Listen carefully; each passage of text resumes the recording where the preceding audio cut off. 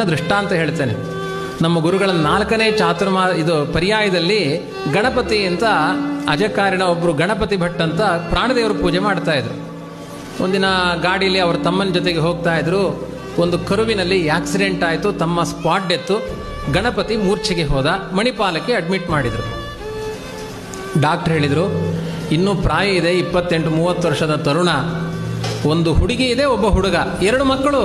ಹುಡುಗಿಗೆ 3 ವರ್ಷ, ಹುಡುಗನಿಗೆ 1.25 ವರ್ಷದ ಮಗು ಇದೆ. ಅವರ ದಾಂಪತ್ಯ ಜೀವನ ಇದೆ. ಗಣಪತಿ ಪ್ರಾಣದೇವರು ಪೂಜೆ ಮಾಡುವನು ಕೋಮಾದಲ್ಲಿ ಬಿದ್ದಿದ್ದಾನೆ ಮಣಿಪಾಲಲ್ಲಿ.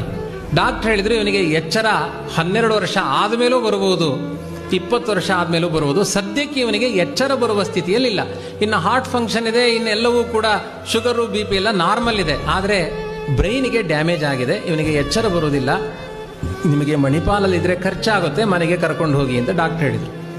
ಗುರುಗಳು ವಿಶ್ವೇಶ ತೀರ್ಥರು ಹೇಳಿದರು, ನಾನು ಒಂದು ಮಂತ್ರ ಚಿಕಿತ್ಸೆ ಮಾಡ್ತೇನೆ, ಮನೆಗೆ ಹೋದರೆ ಅವರಿಗೆಲ್ಲ ಕಷ್ಟ, ಬದುಕು ಕಷ್ಟ ಆಗುತ್ತೆ, ನಮ್ಮ ಮಠಕ್ಕೆ ಕರೆಸಿಕೊಳ್ತೇನೆ ಅಂತ ಅಧೋಕ್ಷಜ ಮಂದಿರದಲ್ಲಿ ಒಂದು ಕೋಣೆ ಮಾಡಿ ಮಲಗಿಸಿದರು.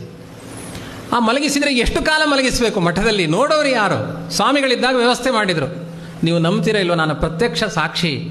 ಸ್ವಾಮಿಗಳು ಪ್ರತಿದಿನ ಕೃಷ್ಣನ ಪೂಜೆ ಮುಗಿದ ಮೇಲೆ ಮಡಿಮಡಿಯಲ್ಲಿ ವಾಯುಸ್ತುತಿ ಪಾರಾಯಣ ಮಾಡಿಕೊಂಡು ಆ ಗಣಪತಿ ತನ್ನ ಶಿಷ್ಯನಿಗೋಸ್ಕರ ಅಲ್ಲಿ ತನಕ ಹೋಗಿ ಅವನ ಮಂಡೆ ಮೇಲೆ ಕೈ ಇಟ್ಟು 100 ಬಾರಿ ನಾರಾಯಣ ನಾರಾಯಣ. ಇದೇ ಮಧ್ವಾಚಾರ್ಯರ ಮಾತಿನ ಮೇಲೆ ನಂಬಿಕೆ. ಆರ್ತ ವಿಷಣ್ಣ ಶಿಥಿಲಾಚ್ಚ ಭೀತಾ ಘೋರೇಶು ಚ ವ್ಯಾಧಿಷು ವರ್ತಮಾನ. ಅದು ಎಂಥ ಉಪದ್ರವಗಳೇ ಇರಲಿ, ನಾರಾಯಣ ಶಬ್ದ ಪರಿಹಾರ ಮಾಡುತ್ತೆ ಅಂತ ತಲೆ ಮೇಲೆ ಕೈ ಇಟ್ಟು 108 ಜಪ ಮಾಡ್ತಾ ಇದ್ರು. 1 ದಿನ ಆಯಿತು, 2 ದಿನ ಆಯಿತು, 3 ದಿನ ಆಯಿತು, ಎಚ್ಚರ ಬರಲಿಲ್ಲ ಗಣಪತಿಗೆ.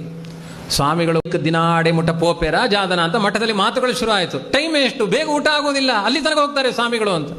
ಅದು ಎಂಥ ಕರುಣೆಯೋ ನಮ್ಮ ಗುರುಗಳಿಗೆ. 10ನೇ ದಿನ ನಾರಾಯಣ ಮಂತ್ರ ಜಪ ಮಾಡ್ತಾ ಇದ್ದಾರೆ.